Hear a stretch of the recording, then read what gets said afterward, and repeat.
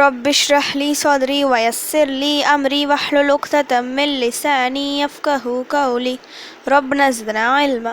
அஸ்ஸலாமு அலைக்கும் வரஹ்மத்துல்லாஹி வபரகாத்துஹு. வெல்கம் டு கீடு ஜன்னாயம் தஸ்னிம். எல்லாரும் எப்படி இருக்கீங்க? நல்லா இருக்கீங்களா? அல்ஹம்துலில்லாஹ். வீடியோக்குள்ளே போகிறதுக்கு முன்னாடி நான் லாஸ்ட் வீடியோவில் கேட்ட கொஷினுக்கு ஆன்சர் என்னன்னு பார்க்கலாம். நான் என்ன கொஷின் கேட்டேன்?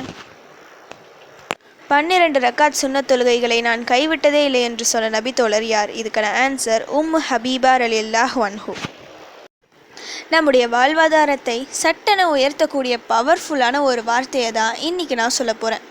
கவனமாக இதை தொடர்ந்து ஓதி வந்தால் நினைத்த வாழ்க்கையை வாழலாம் இன்ஷா அல்லாஹ். அல்லாஹ்வை நினைவு கூறக்கூடிய வார்த்தைகளிலேயே சிறந்த வார்த்தை லா இலாஹ இல்லல்லாஹ். வணக்கத்திற்கு தகுதியானவன் அல்லாஹ்வை தவிர வேறு இறைவன் எவரும் இல்லை. சின்ன வார்த்தை தான், ஆனால் அதிக எடை கூடிய வார்த்தை.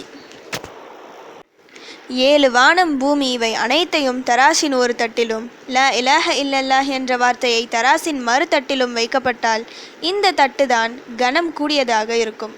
இஸ்லாத்தின் ஆரம்ப புள்ளியே இந்த கலிமாதான். இது இல்லாமல் இஸ்லாம் இல்லை. நபிமார்கள் இந்த பூமிக்கு இறக்கப்பட்டதன் நோக்கம் இந்த கலிமாவை முழுமைப்படுத்துவதற்காகவே. ஃபிரௌன், ஹாரூன் இன்னும் பல கொடியவர்கள் அழிக்கப்பட்டதன் காரணம் இந்த கலிமாவை நிராகரித்ததால் தான். லா இலாஹ இல்லல்லாஹ் முஹம்மது ரசூலுல்லாஹ். வணக்கத்திற்கு தகுதியானவன் அல்லாஹ்வை தவிர வேறு இறைவன் இல்லை.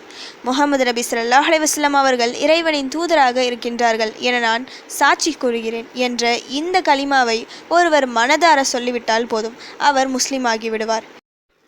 இதற்கு முன் அவர் எவ்வளவு தவறுகள் பாவங்கள் செய்தவராக இருந்தாலும் சரி, அவை அனைத்தையும் அல்லாஹ் மன்னித்து அன்று பிறந்த குழந்தையைப் போல பரிசுத்தமாக ஆக்கிவிடுவான். அவ்வளவு சிறப்பான வார்த்தை லா இலாஹ இல்லல்லாஹ் என சொல்லும் ஒவ்வொரு வார்த்தைக்கும் சதகா கொடுத்த நன்மை கிடைக்கும். யாருடைய கடைசி வார்த்தை லா இலாஹ இல்லல்லாஹ் என்ற வார்த்தையாக இருக்கிறதோ அவருக்கு சொர்க்கம் நிச்சயம். ஆனால் அவ்வளவு சீக்கிரம் ஒருவருக்கு கடைசி நேரத்தில் இதை சொல்ல வராது. மற்ற நேரங்களில் லா இலாஹ இல்லல்லாஹ் என சாதாரணமாக நம்மால் சொல்ல முடிந்தாலும் சக்ராட் நேரத்தில் சொல்வது சற்று கடினமான விஷயமாக இருக்கும். காரணம், அவர் இந்த வார்த்தையை வெறும் வாயளவுக்கு சொல்லிவிட்டிருப்பார், செயல்களில் காட்டியிருக்க மாட்டார். வெறும் லா இலாஹ இல்லல்லாஹ் என்று கோடி முறை நீங்கள் சொல்லி அதை உங்கள் செயல்களில் காட்டவில்லை என்றால் எல்லாம் வேஸ்ட் தான். நம்முடைய தொழுகை, நோன்பு, சதக்கா, நேர்ச்சை, துவா என நாம் செய்யும் ஒவ்வொரு அமலும் அல்லாஹ்விற்காக மட்டும் இருக்க வேண்டும். ஷிர்கான எந்த செயலையும் செய்யக்கூடாது. லா இலாஹ இல்லல்லாஹ் என்ற வார்த்தையின்படி நாம் வாழ்ந்தால்தான் அந்த வார்த்தை பலனளிக்கும். நம்முடைய மரண நேரத்திலும் இதை சொல்ல அல்லாஹ் சுப்ஹானஹு வ தஆலா நமக்கு சக்தியை தருவான். சின்ன வார்த்தை தான், ஆனால் நமக்கு எல்லா நல்லதையும் இது தந்துவிடும். அனைத்து தீங்கிலிருந்தும் நம்மை காப்பாற்றும். இதை தினமும் மனதார சொல்வதால் அல்லாஹ்வை நினைவு கூர்ந்த நன்மை நமக்கு கிடைக்கும். இதன் மூலம் இந்த உலகில் நாம் விரும்பிய வாழ்க்கையை வாழலாம். இதை தொடர்ந்து உச்சரித்து வரும்போது கடைசி நேரத்திலும் இந்த வார்த்தை எளிதாக நம் நாவில் வரும். இதன் மூலம் மறுமையின் பொக்கிஷமான சொர்க்கம் நமக்கு கிடைக்கும்.